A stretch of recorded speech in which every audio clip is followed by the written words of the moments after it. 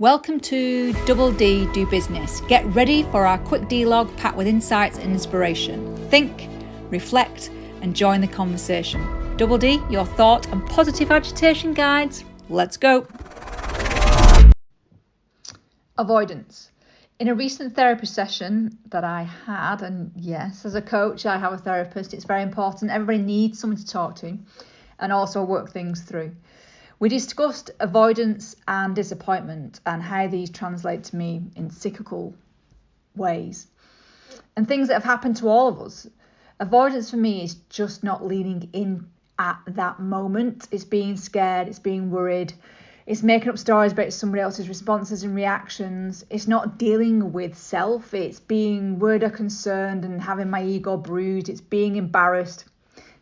Simply put, we all know this. Avoidance is just not doing something.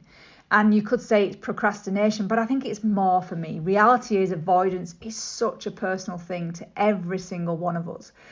It translates in me that I will start to do some other creative project. That's important. It's creative. I continue to do stuff. And I will avoid leaning in and dealing with the particular difficult situation. My reality is that when I do lean into the difficult things that I've been avoiding, they're never as bad as I thought they were.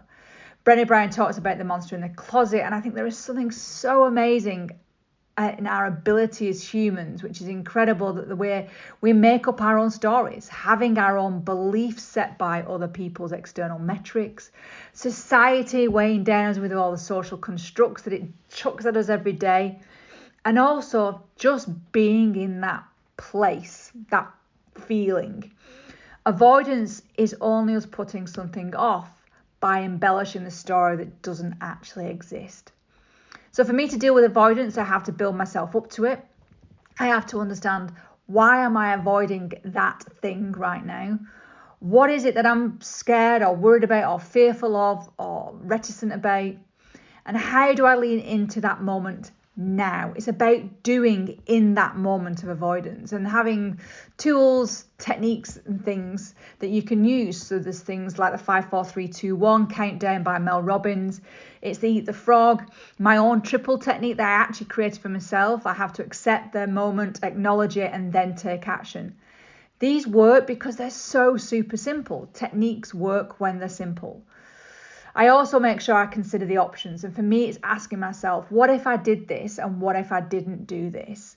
And not making the story up, being really factual.